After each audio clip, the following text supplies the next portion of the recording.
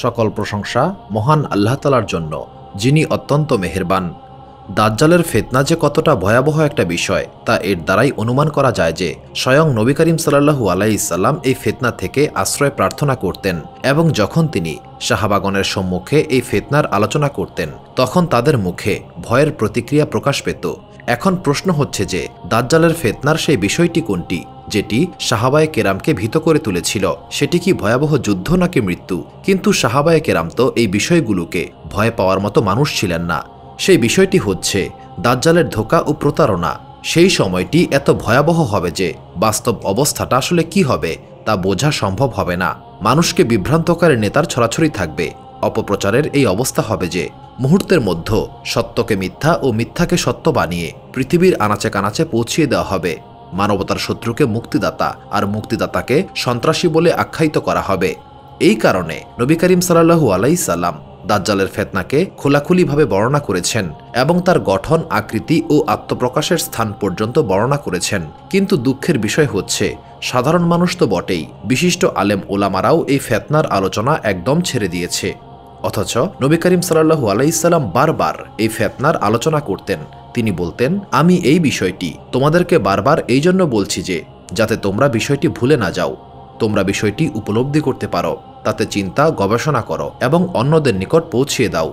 হযরত আনাস রাদিয়াল্লাহু তাআলা আনহু বর্ণনা করেন, আল্লাহ রাসূল সাল্লাল্লাহু আলাইহিস সাল্লাম বলেছেন, দাজ্জালের আবির্ভাবের আগের বছরটি হবে প্রতারণার বছর। এই সময়টিতে সত্যবাদীকে মিথ্যাবাদী আর মিথ্যাবাদীকে সত্যবাদী বলে আখ্যায়িত করা হবে। দুর্নীতিবাজকে আমানতদার এবং আমানতদারকে দুর্নীতিবাজ মনে করা হবে। আর মানুষের মধ্য থেকে রুয়াই বিজারা কথা বলবে। প্রশ্ন করা হলো, রুয়াই বিজা কি জিনিস? নবী করিম সাল্লাল্লাহু আলাইহিস সাল্লাম বললেন, অপরাধপ্রবণ লোকেরা জনসাধারণের বিষয়াবলী নিয়ে কথা বলবে। এই হাদিসটি বর্তমান যুগের জন্য যে কতখানি উপযোগী তা বলার অপেক্ষা রাখে না। তথাকথিত সভ্য জগতের বিবৃত মিথ্যাকে কত শিক্ষিত মানুষও যে সত্য বলে মেনে নিয়েছে তার কোনো ইয়ত্তা নেই।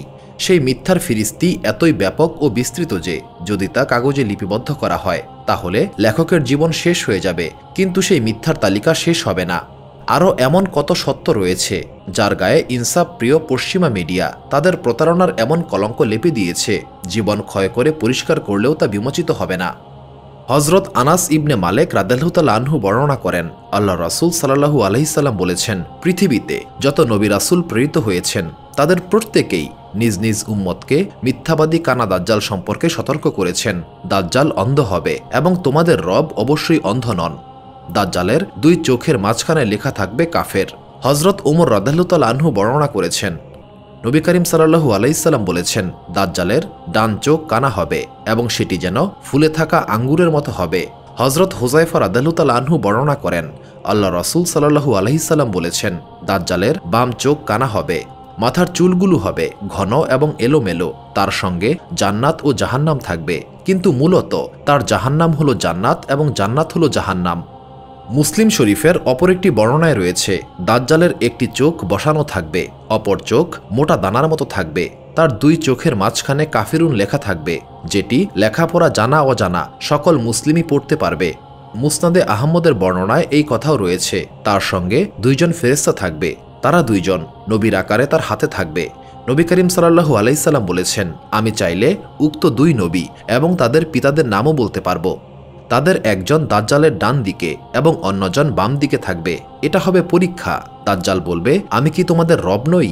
আমি কি মৃতকে জীবিত করতে পারি না? উত্তরে একজন ফেরেশতা বলবে, তুমি মিথ্যা বলছো। তার এই উক্তি দ্বিতীয় ফেরেশতা ছাড়া আর কেউ শুনতে পাবে না। ফলে দ্বিতীয় ফেরেশতা তার উত্তরে বলবে, তুমি ঠিকই বলেছ।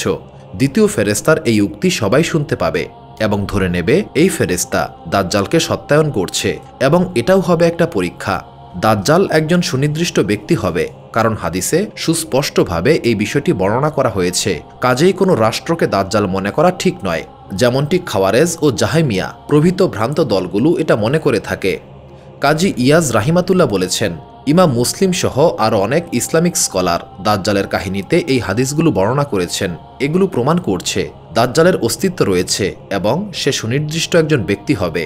দাজ্জালের চোখ সম্পর্কে একাধিক বর্ণনা এসেছে। কোথাও তার ডান চোখ কানা বলা হয়েছে এবং কোথাও বাম চোখকে কানা বলা হয়েছে। এই বিষয়ে মুফতি মুহাম্মদ রাফি উসমানী সাহেব তার আলামতে কিয়ামত নামক গ্রন্থে লিখেছেন, সার কথা হলো দাজ্জালের দুটি চোখই ত্রুটিপূর্ণ হবে। বায়ের চোখটা হবে একদম জ্যোতিহীন, আর ডানের চোখ কোটর থেকে বের হওয়া আঙ্গুরের মতো হবে। হাফিজ ইবনে হাজর আসকালানি রাহিমাতুল্লাহ বলেন, দাজ্জালের ডান চোখ ফুলে থাকা আঙ্গুরের মতো হবে। বর্তমান যুগে বিভিন্ন বড় বড় কোম্পানির লোগোতে আপনি একটি চোখ দেখতে পাবেন। কোথাও এই চোখটি সাদা, আবার কোথাও চমকানো তারকা, আবার কোথাও এই চোখটির রং সবুজ দেখানো হয়, যেমন সবুজ রঙের সীসা। হজরত উবাই ইবনে কাব রাদিয়াল্লাহু তাআলা আনহু বর্ণনা করেছেন, আল্লাহ রাসূল সাল্লাল্লাহু আলাইহি সাল্লাম বলেছেন, দাজ্জালের চোখ সীসার মতো সবুজ হবে। এটা কি নিছক কাকতালীয় ঘটনা যে এই কোম্পানিগুলো একটি ত্রুটিপূর্ণ চোখকে তাদের কোম্পানির মনোগ্রাম হিসেবে বেছে নিয়েছে, নাকি জেনে বুঝে এখন থেকেই তারা জনগণকে এই ত্রুটিপূর্ণ চোখটির সঙ্গে পরিচিত করে তুলছে? আলোচ্য হাদিসে রয়েছে, দাজ্জালের কপালে কাফিরুন লেখা থাকবে। এখানে কথাটির প্রকৃত অর্থই উদ্দেশ্য। কাজেই এই দৃষ্টিভঙ্গি সঠিক নয় যে এর দ্বারা কোনো কোম্পানির নাম কিংবা কোনো রাষ্ট্রের পতাকাকে বোঝানো হয়েছে। বিশ্বনবী হজরত মুহাম্মদ সাল্লাল্লাহু আলাইহি সাল্লাম শাহবাগনের মজলিসে যখনই দাজ্জালের আলোচনা করতেন, তখন তাদের মধ্যে এত পরিমাণ ভীতি সঞ্চারিত হতো যে তারা কাঁদতে শুরু করতেন। কিন্তু এর কারণ কি যে আজকের মুসলিমরা এই ব্যাপারে কোনো চিন্তাই করছে না? সম্ভবত এর কারণ হচ্ছে বর্তমানের মানুষ এই ফিতনাটিকে সেই অর্থে বোঝার চেষ্টাই করছে না যেই অর্থে নবী করিম সাল্লাল্লাহু আলাইহি সাল্লাম বুঝিয়েছেন।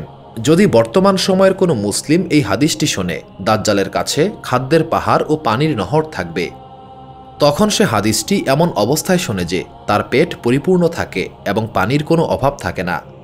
ফলে সে দাজ্জালের সময়কার পরিস্থিতিকেও নিজের ভরা পেট ও ভেজা গলার সময়কার অবস্থার উপর অনুমান করে।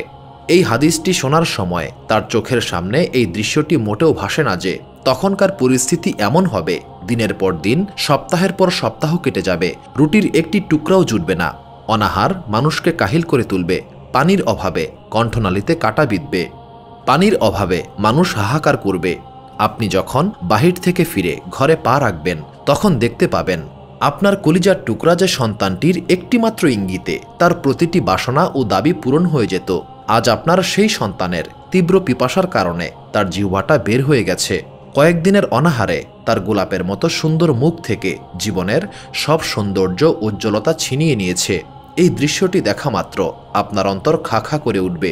আপনি অসহায়, অক্ষম, কষ্ট সহ্য করতে না পেরে সন্তানের দিক থেকে মুখটা অন্যদিকে ফিরিয়ে নিলেন।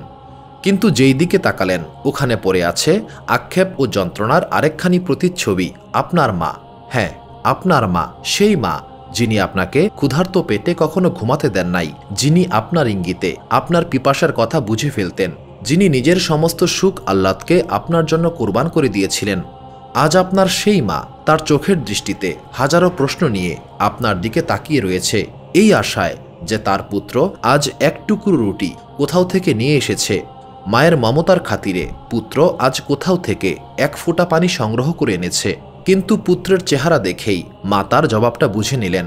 পুত্রের অসহায় অবস্থার কথা চিন্তা করে মায়ের চোখ থেকে কয়েক ফোঁটা অশ্রু গড়িয়ে পড়ল। আপনার কলিজাটা মুখ থেকে বেরিয়ে আসার উপক্রম হলো। আপনি ভেতরে ভেতরে চুরমার হয়ে যেতে লাগলেন। এই কষ্ট সহ্য করতে না পেরে এবার আপনি অন্যদিকে মুখ ফিরিয়ে নিলেন, এই আশায় সম্ভবত ওদিকে কেউ নেই। কিন্তু না, ওখানেও আছে।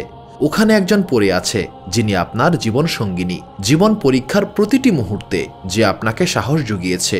কিন্তু আজকে তার ঠোঁট দুটো শুকনো, পিপাসায় অনাহারে সে কাহিল হয়ে পড়েছে। এই সমস্ত দৃশ্য দেখা মাত্র আপনার অন্তর্জগতে লুকিয়ে থাকা অশ্রুর সমুদ্রে ঝড় শুরু হয়ে গেল। দেখতে না দেখতেই আপনার প্রেম আপনারই অশ্রুতাপে গলে যেতে শুরু করল। দিন শেষে আপনিও তো একজন মানুষ, আপনার বুকেও তো গোশতপিণ্ড ধুকধুক করছে। কতক্ষণ আর নিজেকে লুকিয়ে রাখবেন?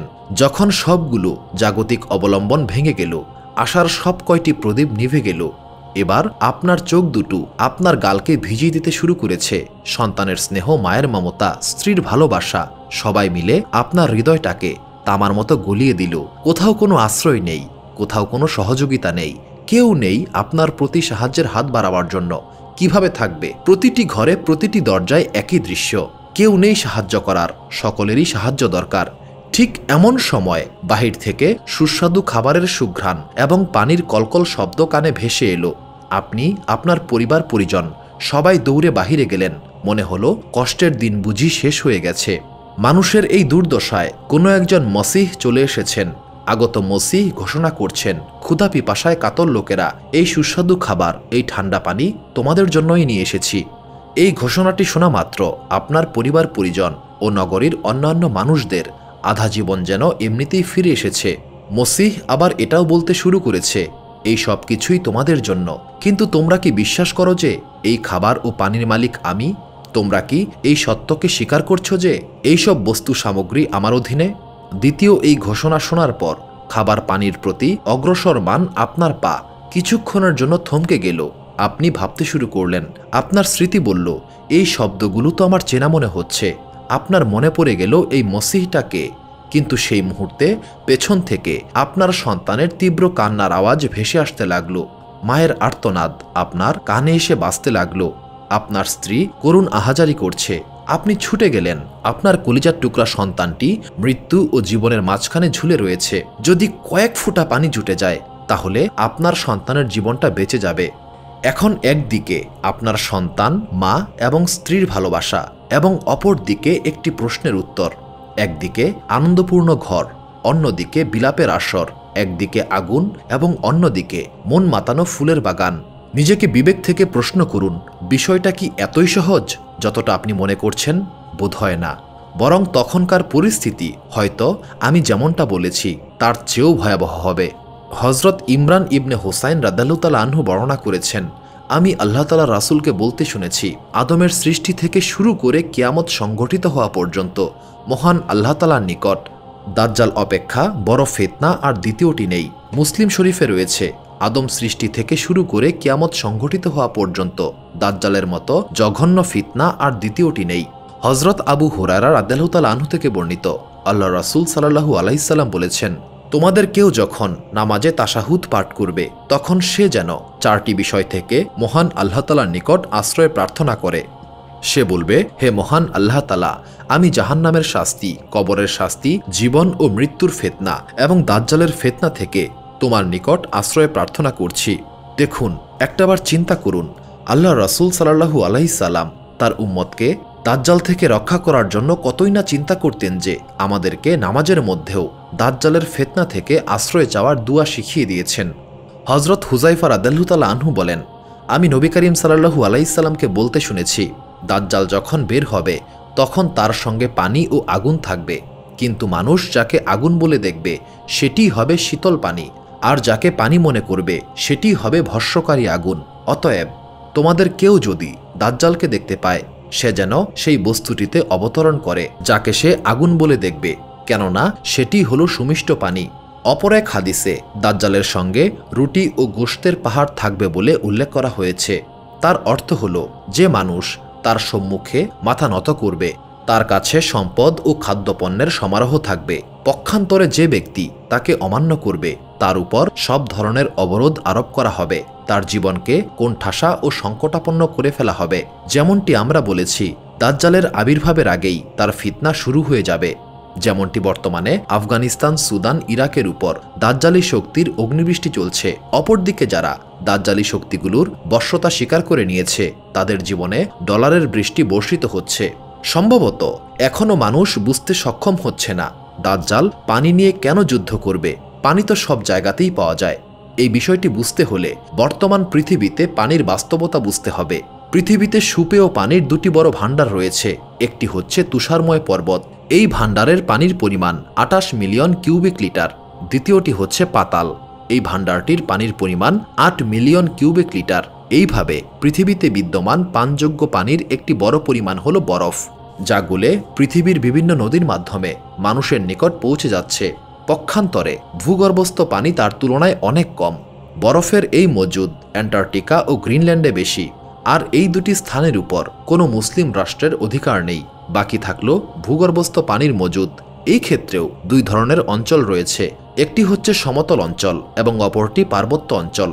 সমতল এলাকায় শহরাঞ্চলে পানির উপর নিয়ন্ত্রণ প্রতিষ্ঠিত করা কঠিন কিছু নয়, কেননা শহরাঞ্চলের পানির সমুদয় স্টক কোনো জলাধার কিংবা সরকারি টিউবওয়েল থেকে পাইপলাইনের মাধ্যমে আগত পানির উপর নির্ভরশীল হয়ে থাকে। সেই জন্য শহরের মানুষ পানির উপর পুরোপুরিভাবে সেখানকার প্রশাসনের দায়ভার ও অনুগ্রহের উপর নির্ভরশীল।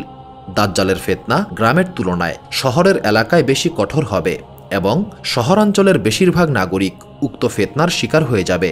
তবে পল্লী অঞ্চলের পানির উপর নিয়ন্ত্রণ প্রতিষ্ঠার জন্য দাজ্জালি শক্তিগুলো তাদের সর্বশক্তি নিয়োজিত করবে। ভবিষ্যৎ পৃথিবীতে পানি নিয়ে যুদ্ধ হবে এমন গুজব আপনি শুনে থাকবেন।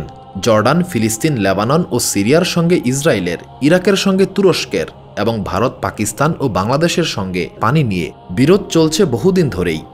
ইহুদি এবং হিন্দু এই উভয় জাতির চরিত্র হল তারা শুধুমাত্র নিজেরা বেঁচেই ক্ষান্ত হয় না, বরং প্রতিবেশীকে মেরে নিজেরা বাঁচার দৃষ্টিভঙ্গি লালন করে থাকে। এই কারণে ভারতের মতো ইসরায়েলও আগেভাগেই তারবিয়া উপসাগরের গতি পুরোপুরিভাবে নিজেদের দিকে নিয়ে নিয়েছে এবং মুসলিমদেরকে পানি থেকে বঞ্চিত করে পিপাসায় মারার চেষ্টা করছে। দাজ্জালি শক্তি যদি মুসলিম বিশ্বের উপর প্রবাহমান নদী ও সাগরগুলোর উপর ড্যাম তৈরি করে এবং সেই ড্যামগুলোর উপর তাদের নিয়ন্ত্রণ প্রতিষ্ঠা করে, তাহলে তারা নদীগুলোর প্রবাহ বন্ধ করে দিয়ে এই জগৎটিকে মরুভূমিতে পরিণত করতে পারবে। নদী তখন বন্ধ হয়ে যাবে, ভূগর্ভস্থ পানি অনেক নিচে চলে যাবে। তারপর এমন একটি সময় আসবে যখন মানুষের কাছে পানযোগ্য কোনো পানিই থাকবে না, ফলে মানুষ ফোঁটা ফোঁটা পানির জন্য মুখাপেক্ষী হয়ে যাবে। হজরত আবু বাকরা রাদিয়াল্লাহু তাআলা আনহু থেকে বর্ণিত, তিনি বলেন, রাসূলুল্লাহ সাল্লাল্লাহু আলাইহি সাল্লাম বলেছেন, দাজ্জালের পিতা মাতা ৩০ বছর পর্যন্ত অপেক্ষা করবে, তাদের কোনো সন্তান হবে না। পরে তাদের একটি কানা শিশুর জন্ম হবে, যা হবে সবচেয়ে ক্ষতিকর এবং অত্যন্ত অনুপকারী। এই শিশুর চোখ নিদ্রিত হবে, কিন্তু অন্তর নিদ্রিত হবে না। এরপর নবী করিম সাল্লাল্লাহু আলাইহি সাল্লাম তার পিতামাতার বিবরণ দিয়ে বলেন, তার পিতা হবে লম্বা এবং পাতলা গড়নের, তার নাকটা যেন পাখির ঠোঁট হবে, কিন্তু তার মা হবে স্থূলকায় এবং সুদীর্ঘ স্তন বিশিষ্ট মহিলা। হজরত ইবনে সায়েদ রাদিয়াল্লাহু তাআলা আনহু একদিন আবু সাঈদ খুদরি রাদিয়াল্লাহু তাআলা আনহুকে জিজ্ঞাসা করলেন, আল্লাহ রাসূল সাল্লাল্লাহু আলাইহি সাল্লাম কি এই কথা বলেননি যে দাজ্জাল ইহুদি হবে? ইবনে সাঈদ রাদিয়াল্লাহু তাআলা আনহুর এই কথাকে আবু সাঈদ খুদরি রাদিয়াল্লাহু তাআলা আনহু অস্বীকার করেননি। সুতরাং বোঝাই যায় দাজ্জাল ইহুদি বংশোদ্ভূত হবে। হজরত সালিম রাদিয়াল্লাহু তাআলা আনহু থেকে বর্ণিত, আল্লাহ রাসূল সাল্লাল্লাহু আলাইহি সাল্লাম বলেছেন, আমি একদিন স্বপ্নে কাবাঘর তাওয়াফ করছিলাম। হঠাৎ দেখতে পেলাম একজন ব্যক্তি, তার গায়ের রং লাল বর্ণের, মাথার চুল কোকড়ানো এবং তার ডান চোখ টেরা, তার চোখ যেন স্ফীত আঙ্গুরের মতো। আমি জিজ্ঞাসা করলাম এই লোকটিকে, তারা বললেন এ হচ্ছে দাজ্জাল। উবাদা ইবনে সামিত রাদিয়াল্লাহু তাআলা আনহু থেকে বর্ণিত, তিনি বলেন, রাসূলুল্লাহ সাল্লাল্লাহু আলাইহি সাল্লাম বলেছেন, আমি তোমাদের কাছে দাজ্জাল সম্পর্কে অনেক হাদিস বর্ণনা করেছি, এরপরেও আমার ভয় হচ্ছে তোমরা তাকে চিনতে পারবে না। জেনে রাখো, দাজ্জাল হবে বেটে, তার পদক্ষেপ হবে দীর্ঘ, মাথার চুল হবে কোকড়া, সে হবে কানা, তার চোখ হবে সমতল, যা উপরেও থাকবে না এবং নিচেও থাকবে না। এরপরও যদি তোমরা সন্দিহান হও, তবে জেনে রাখো আমাদের রব অন্ধ নন, কারণ তিনি সর্বপ্রকার ত্রুটিমুক্ত। হজরত ইবনে আব্বাস রাদিয়াল্লাহু তাআলা আনহু থেকে বর্ণিত, নবী করিম সাল্লাল্লাহু আলাইহি সাল্লামকে দাজ্জাল সম্পর্কে জিজ্ঞাসা করা হলে তিনি বললেন, দাজ্জাল হলো অত্যন্ত অশ্লীল এবং খবিশ। তার একটি চোখ এমনভাবে প্রতিষ্ঠিত যেন উজ্জ্বল নক্ষত্র, তার মাথার চুল যেন গাছের ডাল। হজরত আবদুল্লাহ রাদিয়াল্লাহু তাআলা আনহু বলেন, আল্লাহ রাসূল সাল্লাল্লাহু আলাইহি সাল্লাম বলেছেন, নিশ্চয়ই মহান আল্লাহ তাআলার পরিচিতি তোমাদের কাছে গোপন নয়। নিশ্চয়ই মহান আল্লাহ তাআলা অন্ধ নন, কিন্তু দাজ্জালের ডান চোখ অন্ধ হবে, তার এই চোখটি হবে স্ফীত আঙ্গুরের মতো। হজরত হুযায়ফা রাদিয়াল্লাহু তাআলা আনহু থেকে বর্ণিত, রাসূলুল্লাহ সাল্লাল্লাহু আলাইহি সাল্লাম বলেছেন, দাজ্জালের বাম চোখ অন্ধ হবে এবং তার দেহে ঘন চুল থাকবে। দাজ্জাল যে কানা হবে এই ব্যাপারে কোনো সন্দেহ নেই, কিন্তু দাজ্জালের কোন চোখ কানা হবে তা নিয়ে অনেক হাদিসে বিপরীত্য লক্ষ্য করা যায়, কিন্তু বিপুল সংখ্যক হাদিস থেকে এটা জানা যায় যে তার ডান চোখটি কানা হবে, বাকিটা আল্লাহই ভালো জানেন। হজরত হুযায়ফা রাদিয়াল্লাহু তাআলা আনহু থেকে বর্ণিত, রাসূলুল্লাহ সাল্লাল্লাহু আলাইহি সাল্লাম বলেছেন, দাজ্জালের চোখ ফোলা হবে এবং তার উভয় চোখের মাঝখানে আলাদা আলাদা অক্ষরে কাফের লেখা থাকবে। শিক্ষিত অশিক্ষিত নির্বিশেষে সকল মুমিন ব্যক্তি এই লেখাটি পাঠ করতে পারবে। অনেকেই হয়তো প্রশ্ন করতে পারেন, অশিক্ষিত ব্যক্তি বা আরবি পড়তে পারে না এমন মুমিন ব্যক্তি কিভাবে সেই লেখা পড়তে সক্ষম হবে? এর উত্তরে আমি বলবো, অশিক্ষিত ব্যক্তি বা আরবি পড়তে পারে না এমন মুমিন ব্যক্তিও দাজ্জালের কপালের এই লেখাটি পড়তে পারবে, কারণ রাসূলুল্লাহ সাল্লাল্লাহু আলাইহি সাল্লাম এরকমই বলেছেন, কানা দাজ্জাল কাফের হওয়া সত্ত্বেও মহান আল্লাহ তাআলা যেখানে তাকে এত বিরাট পরিমাণ ক্ষমতা দান করবেন, সেখানে দাজ্জালের সৃষ্ট ভয়াবহ ফিতনা থেকে রক্ষা করার জন্য তিনি তার প্রিয় মুমিন বান্দাদেরকে সামান্য লেখা পড়তে সাহায্য করবেন না? অবশ্যই করবেন, কেননা এটা মহান আল্লাহ তাআলার পক্ষে খুবই সহজ একটি কাজ। তাছাড়া রাসূলুল্লাহ সাল্লাল্লাহু আলাইহি সাল্লাম বলেছেন, আমি তোমাদের মাঝে বিদ্যমান না থাকা অবস্থায় যদি দাজ্জালের আবির্ভাব হয় তবে প্রত্যেক মুমিন ব্যক্তি নিজের পক্ষ থেকে দাজ্জালকে প্রতিহত করবে আর প্রত্যেক মুসলিমের জন্য মহান আল্লাহ তাআলা সহায়ক হবেন। আসমা বিনতে জায়েদ রাদিয়াল্লাহু তাআলা আনহা থেকে বর্ণিত, রাসূলুল্লাহ সাল্লাল্লাহু আলাইহি সাল্লাম বলেছেন, যদি আমার জীবনোদ্দশায় দাজ্জালের আবির্ভাব ঘটে তবে আমি তার সঙ্গে মোকাবেলা করব, অন্যথায় আমার পরে আমার প্রতিপালকই সকল মুমিনের জন্য রক্ষক হবেন। দাজ্জালের ফিতনা যেমন ভীষণতর, সর্বশক্তিমানের পক্ষ থেকে তার পরিচয় চিহ্নও তেমনি অধিকতর হবে। রাসূলুল্লাহ সাল্লাল্লাহু আলাইহি সাল্লাম দাজ্জাল সম্পর্কে সতর্ক করতে গিয়ে বলেছেন, তোমরা জেনে রাখো, তোমাদের মধ্যে কেউ মৃত্যুর পূর্বে তার প্রতিপালককে দেখতে সক্ষম হবে না। সহিহ মুসলিম হাদিস নাম্বার ৭০৯০। আমরা জানি এবং বিশ্বাস করি দুনিয়ার জীবনের এই ধ্বংসশীল চোখ দিয়ে মহান আল্লাহ তাআলাকে দেখা যাবে না, কিন্তু দাজ্জালকে খালি চোখেই দেখা যাবে। এটিও তার প্রতিপালক না হওয়ার একটি অকাট্য প্রমাণ। হযরত হুযায়ফা রাদিয়াল্লাহু তাআলা আনহু থেকে বর্ণিত, নবী করিম সাল্লাল্লাহু আলাইহি সাল্লাম বলেছেন, দাজ্জালের সঙ্গে থাকবে পানি এবং আগুন। মানুষ যেটাকে আগুন বলে ধারণা করবে আসলে সেটিই হবে ঠান্ডা মিষ্টি পানি। সুতরাং তোমাদের মধ্য যে ব্যক্তি দাজ্জালের যুগ পাবে সে যেন যেটাকে আগুন মনে হয় তাতে প্রবেশ করে, কেননা সেটাই হবে সুস্বাদু মিষ্টি পানি। হযরত হুযায়ফা রাদিয়াল্লাহু তাআলা আনহু থেকে বর্ণিত, রাসূলুল্লাহ সাল্লাল্লাহু আলাইহি সাল্লাম বলেছেন, দাজ্জালের সঙ্গে কি থাকবে এই সম্পর্কে আমি নিশ্চিত অবগত রয়েছি। তার সঙ্গে প্রবাহমান দুইটি নহর থাকবে, একটি দৃশ্যত সাদা পানি এবং অপরটি দৃশ্যত লেলিহান আগুন বলে মনে হবে। যদি কেউ সুযোগ পায় তবে সে যেন সেই আগুনের নহরে প্রবেশ করে। হযরত আবু হুরায়রা রাদিয়াল্লাহু তাআলা আনহু থেকে বর্ণিত, রাসূলুল্লাহ সাল্লাল্লাহু আলাইহি সাল্লাম বলেছেন, আমি কি তোমাদেরকে দাজ্জাল সম্পর্কে একটি কথা বলবো না, যেই কথাটি অতীতের কোনো নবী তার জাতিকে বলেননি, আর তা হচ্ছে দাজ্জাল অন্ধ হবে। সে জান্নাত এবং জাহান্নামের উপকরণ সঙ্গে নিয়ে আসবে। দাজ্জাল যেটাকে জান্নাত বলবে প্রকৃতপক্ষে সেটা হবে জাহান্নাম। দাজ্জালের সঙ্গে জান্নাত এবং জাহান্নামের মতো দুইটি প্রতারণার বস্তু থাকবে। মানুষের চোখে যেটাকে জান্নাত মনে হবে সেটাই আসলে হবে জাহান্নাম, আর যেটাকে জাহান্নাম বলে মনে হবে সেটাই হবে জান্নাত। বস্তুত দাজ্জালের সময়কার মুসলিমদের ঈমানের পরীক্ষা এইভাবেই নেওয়া হবে। তারা তাদের নিজের চোখকে বিশ্বাস করে তার অনুসরণ করে, নাকি নিজের চোখকে অবিশ্বাস করে রাসূলুল্লাহ সাল্লাল্লাহু আলাইহি সাল্লামের কথাকে বিশ্বাস করে। আসলে ঈমানের প্রকৃত অর্থই হচ্ছে নিজের জ্ঞান বুদ্ধি বিবেচনায় যদি নবী করিম সাল্লাল্লাহু আলাইহি সাল্লামের কথা বিপরীত হয় তবে নিজেকে অবিশ্বাস করে রাসূলুল্লাহ সাল্লাল্লাহু আলাইহি সাল্লামের কথাকেই মনোনীত করা। দাজ্জালের সময়কার দৃশ্যকে কল্পনা করলে সত্যি সত্যি অন্তরে ভীতির সঞ্চার হয়। তবে মহান আল্লাহ তাআলা যাকে রক্ষা করার তাকে রক্ষা করবেন, যেমন তিনি হযরত ইব্রাহিম আলাইহিস সালামকে নমরুদের আগুন থেকে রক্ষা করেছিলেন। হযরত আবু উমামা বাহিলি রাদিয়াল্লাহু তাআলা আনহু থেকে বর্ণিত, নবী করিম সাল্লাল্লাহু আলাইহি সাল্লাম একদিন দাজ্জাল সম্পর্কে আমাদের কাছে ভাষণ দিলেন। তিনি বললেন, দাজ্জাল প্রথমে বলবে সে একজন নবী, এরপর সে বলবে আমি তোমাদের প্রভু, কিন্তু তোমরা জেনে রাখো মৃত্যুর পূর্বে তোমরা কেউই প্রতিপালককে দেখতে পাবে না। হযরত জাবির ইবনে আব্দুল্লাহ রাদিয়াল্লাহু তাআলা আনহু বলেন, নবী করিম সাল্লাল্লাহু আলাইহি সাল্লাম বলেছেন, দাজ্জাল লোকদেরকে বলবে আমিই তোমাদের প্রভু। হযরত ফাতেমা বিনতে কায়েস রাদিয়াল্লাহু তাআলা আনহা থেকে বর্ণিত, তিনি বলেছেন, একদিন রাসূলুল্লাহ সাল্লাল্লাহু আলাইহি সাল্লাম তার সাহাবায়ে কেরামকে তামিমদারি রাদিয়াল্লাহু তাআলা আনহুর একটি ঘটনা বর্ণনা করেছেন। নবী করিম সাল্লাল্লাহু আলাইহি সাল্লাম বলেন, তামিমদারি প্রথমে খ্রিস্টান ছিল, সে আমার কাছে এসে বায়াত গ্রহণ করেছে এবং ইসলামকে কবুল করেছে। তামিমদারি ইসলাম গ্রহণের পূর্বে এক সামুদ্রিক সফরে বের হয়ে ঝড়ের কবলে পড়ে একটি দ্বীপে গিয়ে পৌঁছান। সেখানে তিনি দাজ্জালের সাক্ষাৎ পান।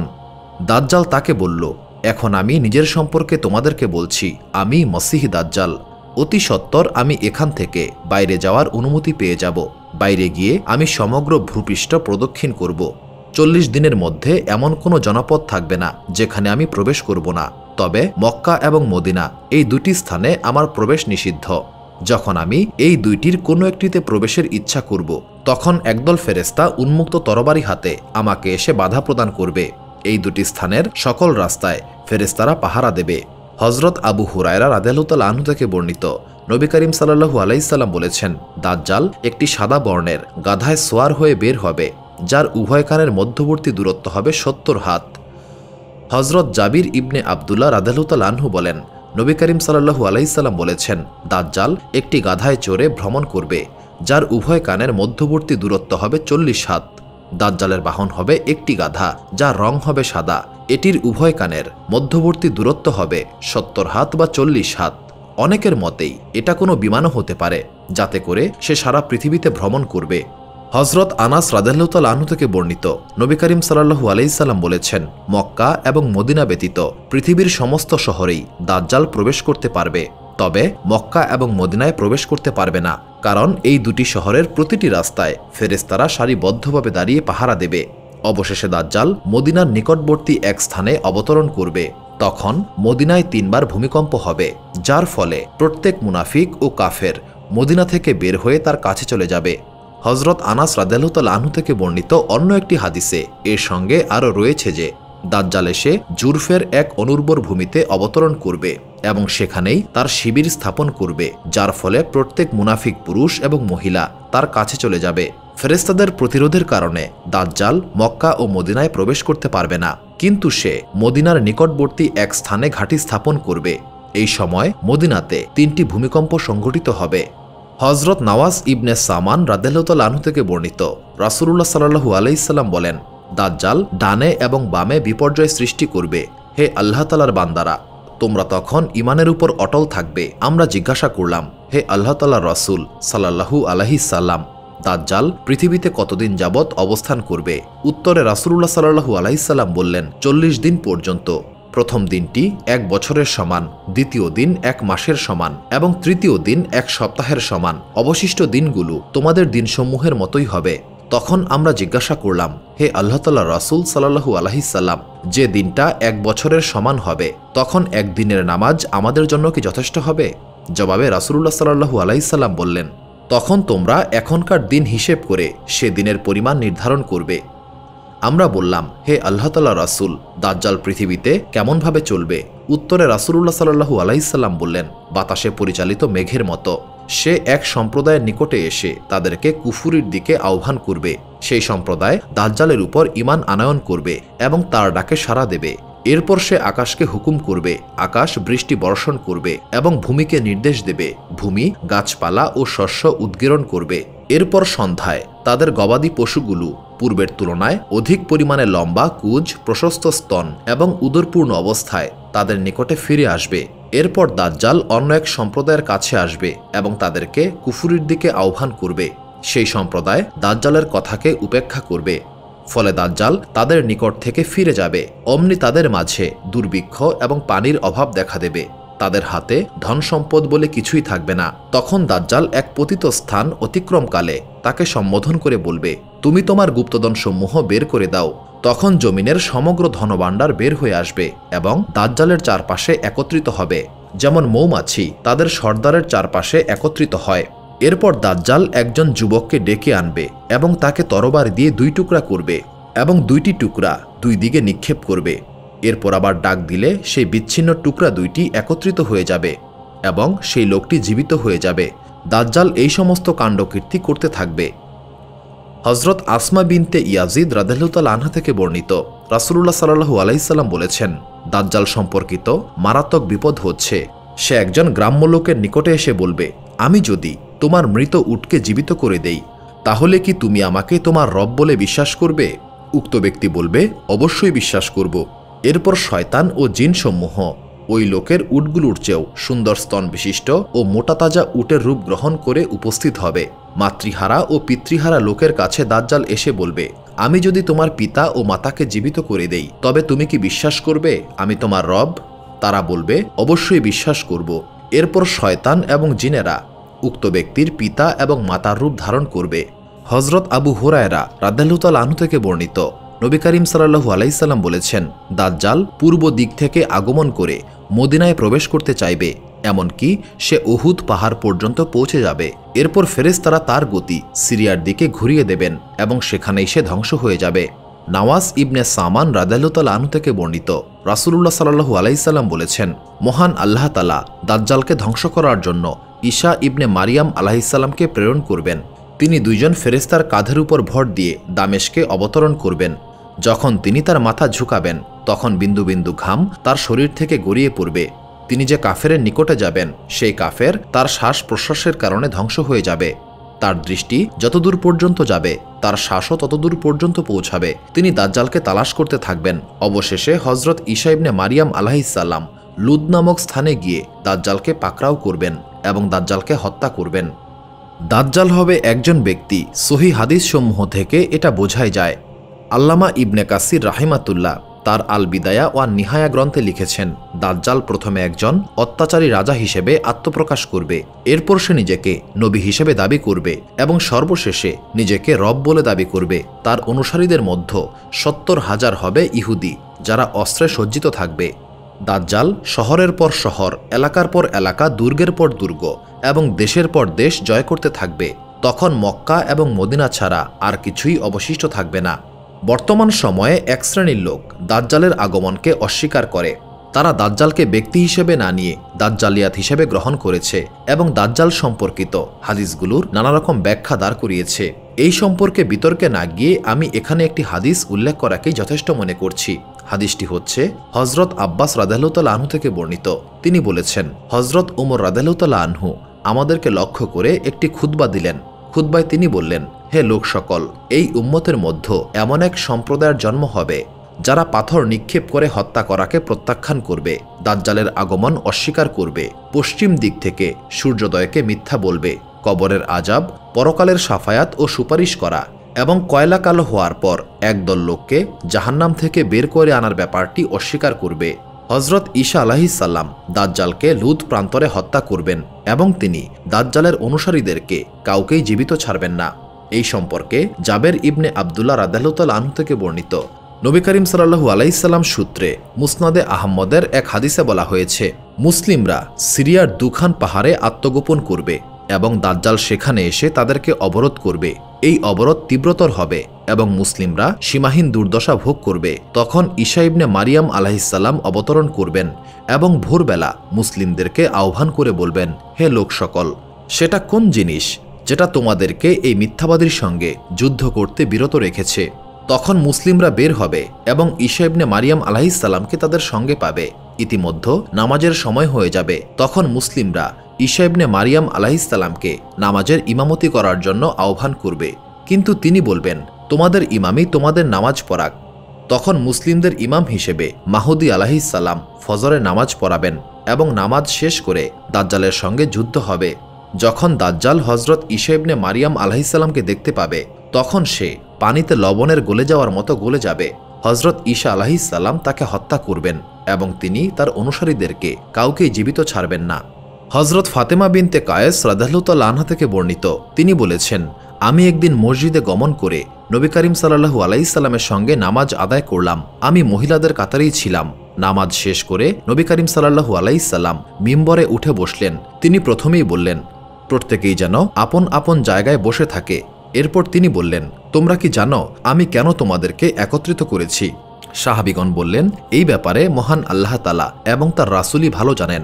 এরপর রাসূলুল্লাহ সাল্লাল্লাহু আলাইহি সাল্লাম বললেন, আমি তোমাদেরকে এই সংবাদ দেওয়ার জন্য একত্রিত করেছি। তামিমদারি একজন খ্রিস্টান লোক, সে আমার কাছে এসে ইসলাম কবুল করেছে। এরপর সে মিথ্যুক দাজ্জাল সম্পর্কে এমন একটি ঘটনা বলেছে যা আমি তোমাদের কাছে বর্ণনা করব। লাখম ও জুমাম গোত্রের ৩০ জন লোক একসঙ্গে সাগর ভ্রমণে গিয়েছিল। দুর্যোগপূর্ণ আবহাওয়ার কারণে তারা ১ মাস পর্যন্ত সাগরেই ছিল। অবশেষে তারা সাগরের মাঝখানে একটি দ্বীপে অবতরণ করল। দ্বীপের ভেতর প্রবেশ করে তারা মোটা সোটা এবং প্রচুর চুল বিশিষ্ট একটি অদ্ভুত প্রাণীর সন্ধান পেল। চুল দ্বারা সমস্ত শরীর আবৃত থাকার কারণে প্রাণীটির অগ্র পশ্চাৎ নির্ধারণ করতে সক্ষম হল না। তারা বলল, তোমার অকল্যাণ হোক, কে তুমি? সে বলল, আমি সংবাদ সংগ্রহকারী গোয়েন্দা। তারা জিজ্ঞাসা করলেন, কিসের সংবাদ সংগ্রহকারী? এরপর সে প্রাণীটি বলল, হে লোক সকল, তোমরা ওই ঘরের ভেতরে অবস্থানরত লোকটির কাছে যাও। সে তোমাদের কাছ থেকে সংবাদ সংগ্রহ করার জন্য অধীর আগ্রহে অপেক্ষা করছে। তামিমদারি বললেন, প্রাণীটি যখন একজন লোকের কথা বলল তখন আমাদের ভয় হলো। আমরা মনে করলাম এটা শয়তান হতে পারে। তবুও আমরা ভীত হয়ে দ্রুত অগ্রসর হয়ে সেই ঘরের ভেতরে প্রবেশ করলাম। সেখানে প্রবেশ করে আমরা বৃহদাকার একজন মানুষকে দেখতে পেলাম। এত বড় আকৃতির মানুষ আমরা আগে কখনো দেখিনি। তার 2টি হাতকে ঘাড়ের সঙ্গে একত্রিত করে হাঁটু এবং গোড়ালির মধ্যবর্তী স্থানে লোহার শিকল দ্বারা বেঁধে রাখা হয়েছে। আমরা বললাম, মরণ হোক তোমার, কে তুমি? সে বলল, তোমরা আমার কাছে আসতে সক্ষম হয়েছ, তাই আগে তোমাদের পরিচয় দাও। আমরা বললাম, আমরা একদল আরব লোক নৌকায় আরোহণ করেছিলাম। সাগরের প্রচণ্ড ঢেউ আমাদেরকে নিয়ে 1 মাস পর্যন্ত খেলা করল। অবশেষে আমরা তোমার দ্বীপে পৌঁছাতে সক্ষম হলাম। দ্বীপে প্রবেশ করেই প্রচুর পশম বিশিষ্ট একটি জন্তুর সাক্ষাৎ পেলাম। প্রচুর পশমের কারণে তার অগ্রপশ্চাৎ চেনা যাচ্ছিল না। আমরা বললাম, অকল্যাণ হোক তোমার, তুমি কে? সে বলল, আমি সংবাদ সংগ্রহকারী গোয়েন্দা। আমরা বললাম, কিসের সংবাদ সংগ্রহকারী? এরপর প্রাণীটি দ্বীপের মধ্য এই ঘরের দিকে ইঙ্গিত করে বলল, হে লোক সকল, এই ঘরের মধ্য অবস্থানরত লোকটির কাছে যাও। সে তোমাদের কাছ থেকে সংবাদ সংগ্রহ করার জন্য অধীর আগ্রহে অপেক্ষা করছে। তাই আমরা তার ভয়ে খুব দ্রুত তোমার কাছে আগমন করেছি। হতে পারে তুমি একজন শয়তান, এই ভয় থেকে আমরা নিরাপদ নই। অতপর সে বলল, আমাকে তোমরা বাইসান সম্পর্কে সংবাদ দাও। আমরা বললাম, বাইসানের সম্পর্কে তুমি কি জানতে চাও? সে বলল, আমি সেখানকার খেজুর বাগান সম্পর্কে জিজ্ঞাসা করছি। সেই গাছগুলো কি এখনও ফল দেয়? আমরা বললাম, বাইসানের খেজুর গাছগুলো এখনও ফল দেয়। সে বলল, সেদিন খুব বেশি দূরে নয় যেদিন ওই গাছগুলোতে আর কোনো ফল ধরবে না। এরপর সে বলল, আমাকে তাবারিয়া সম্পর্কে সংবাদ দাও। আমরা বললাম, তাবারিয়া সম্পর্কে কি জানতে চাও? সে বলল, আমি জানতে চাই সেখানে কি এখনো পানি অবশিষ্ট রয়েছে? আমরা বললাম, সেখানে প্রচুর পানি রয়েছে। সে বলল, অচিরেই সেই পানি শেষ হয়ে যাবে। তারপর সে পুনরায় বলল, আমাকে জুগার নামক ঝর্ণা সম্পর্কে সংবাদ দাও। আমরা তাকে বললাম, তুমি সেখানকার সম্পর্কে কি জানতে চাও? সে বলল, আমি জানতে চাই এখনও কি সেখানে পানি রয়েছে? আমরা বললাম, সেখানে প্রচুর পানি রয়েছে, লোকেরা সেই পানি দিয়ে চাষাবাদ করে। তখন সে বলল, আমাকে উম্মিদের নবী সম্পর্কে জানাও। আমরা বললাম, তিনি মক্কায় আগমন করে বর্তমানে মদিনায় হিজরত করেছেন। সে বলল, আরবরা কি তার সঙ্গে যুদ্ধ করেছে? আমরা বললাম, আরবরা তার সঙ্গে যুদ্ধ করেছিল। সে জিজ্ঞাসা করল, ফলাফল কি হয়েছে? আমরা তাকে সংবাদ দিলাম, তিনি আরবের উপর জয়লাভ করেছেন, ফলে সমগ্র আরব তার আনুগত্য স্বীকার করে নিয়েছে। তখন দাজ্জাল বলল, আমার কথা শোনো, আমি হলাম দাজ্জাল। অচিরেই আমাকে এখান থেকে বের হওয়ার অনুমতি দেওয়া হবে। আমি বের হয়ে 40 দিনের ভেতর পৃথিবীর সমস্ত দেশ ভ্রমণ করব। তবে মক্কা এবং মদিনায় প্রবেশ করা আমার জন্য নিষিদ্ধ। যখনই আমি মক্কা বা মদিনায় প্রবেশ করতে চাইব, তখনই ফেরেশতারা আমাকে বাধা দেবে। মক্কা মদিনার প্রতিটি প্রবেশ পথে ফেরেশতারা পাহারা দেবে।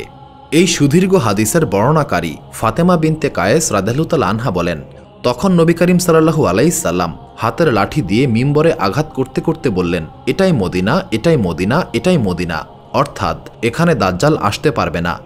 এরপর নবী করিম সাল্লাল্লাহু আলাইহি সাল্লাম মানুষদেরকে লক্ষ্য করে বললেন, তামিমদারির বক্তব্যটি আমার কাছে খুবই ভালো লেগেছে। তার বর্ণনা আমার বর্ণনার অনুরূপ, বিশেষ করে মক্কা ও মদিনা সম্পর্কে। জেনে রাখো, সে আছে সামদেশের সাগরে অথবা আরব সাগরে অথবা ভূমধ্য সাগরে। সে আছে পূর্ব দিকে, সে আছে পূর্ব দিকে, সে আছে পূর্ব দিকে। এটা বলে তিনি পূর্ব দিকে ইঙ্গিত করে দেখালেন। ফাতেমা বিনতে কায়েস রাদিয়াল্লাহু তাআলা আনহা বলেন, আমি এই হাদিসটি নবী করিম সাল্লাল্লাহু আলাইহি সাল্লামের নিকট থেকে মুখস্থ করে রেখেছি। দাজ্জালের অধিকাংশ অনুসারী হবে ইহুদি, তুর্কি এবং অনারব লোকেরা। তাদের অধিকাংশই হবে গ্রাম্য, মূর্খ এবং মহিলা। ইহুদিরা দাজ্জালের আগমনের অপেক্ষায় রয়েছে। তাদের বিশ্বাস অনুযায়ী দাজ্জাল হবে তাদের বাদশাহ। দাজ্জালের নেতৃত্বে তারা বিশ্ব পরিচালনা করবে। নবী করিম সাল্লাল্লাহু আলাইহি সাল্লাম বলেছেন, দাজ্জালের অধিকাংশ অনুসারী হবে ইহুদি এবং মহিলারা। তিনি আরও বলেন, ইস্পাহানের 70,000 ইহুদি দাজ্জালের অনুসরণ করবে। তাদের সবার পরনে থাকবে সেলাইবিহীন চাদর। গ্রাম্য অশিক্ষিত লোকেরা মূর্খতার কারণে এবং দাজ্জালের পরিচয় সম্পর্কে তাদের জ্ঞান না থাকার কারণে এবং দাজ্জালের অলৌকিক ক্ষমতা দেখে তারা ফিতনায় পড়ে যাবে। মহিলাদের ব্যাপারটিও অনুরূপ, তারা সহজেই যে কোনো জিনিস দেখে প্রভাবিত হয়ে থাকে। সহিহ হাদিসের বিবরণ অনুযায়ী হজরত ঈসা ইবনে মারিয়াম আলাইহিসসালামের হাতে দাজ্জাল নিহত হবে। হজরত আবু হুরায়রা রাদিয়াল্লাহু তাআলা আনহু থেকে বর্ণিত, হজরত ঈসা আলাইহিসসালামকে দেখে দাজ্জাল পানিতে লবণ গলার মতো গলতে শুরু করবে। হজরত ঈসা আলাইহিসসালাম তাকে লক্ষ্য করে বলবেন, আমি তোমাকে আঘাত করব, যা থেকে তুমি কখনোই রেহাই পাবে না। হজরত ঈসা আলাইহিসসালাম তাকে বর্ষা দিয়ে আঘাত করবেন। এরপর মুসলিমরা তার নেতৃত্বে ইহুদিদের বিরুদ্ধে যুদ্ধ করবে। মুসলিমদের হাতে দাজ্জালের বাহিনীর পরাজয় ঘটবে। ইহুদিরা কোথাও পালাবার স্থান পাবে না। গাছের আড়ালে লুকিয়ে থাকার চেষ্টা করলে গাছেরা বলবে, হে মুসলিম, এসো, আমার পেছনে একজন ইহুদি লুকিয়ে আছে। একে হত্যা করো। পাথর বা দেয়ালের পেছনে লুকিয়ে পড়লে পাথর বা দেয়াল বলবে, হে মুসলিম, আমার পেছনে একজন ইহুদি লুকিয়ে আছে, এসো তাকে হত্যা করো। তবে গারকাদ নামক বৃক্ষ ইহুদিদেরকে গোপন করার চেষ্টা করবে, কারণ সেটি ইহুদিদের গাছ বলেই পরিচিত। সহি মুসলিম শরীফে হজরত আবু হুরায়রা রাদিয়াল্লাহু তাআলা আনহু থেকে বর্ণিত, নবী করিম সাল্লাল্লাহু আলাইহি সাল্লাম বলেছেন, ততক্ষণ পর্যন্ত কিয়ামত হবে না যতক্ষণ না পর্যন্ত মুসলিমরা ইহুদিদের সঙ্গে যুদ্ধ করবে। এরপর মুসলিমরা ইহুদিদেরকে হত্যা করবে। ইহুদিরা গাছ ও পাথরের আড়ালে পালাতে চেষ্টা করবে, কিন্তু কেউ তাদেরকে আশ্রয় দেবে না। গাছ এবং পাথর বলবে, হে মুসলিম, হে আল্লাহ তাআলার বান্দা, আমার পেছনে একজন ইহুদি লুকিয়ে আছে, এসো তাকে হত্যা করো। তবে গারকাদ নামক বৃক্ষের পেছনে লুকালে গারকাদ বৃক্ষ কোনো কথা বলবে না, কারণ এটা ইহুদিদের বৃক্ষ।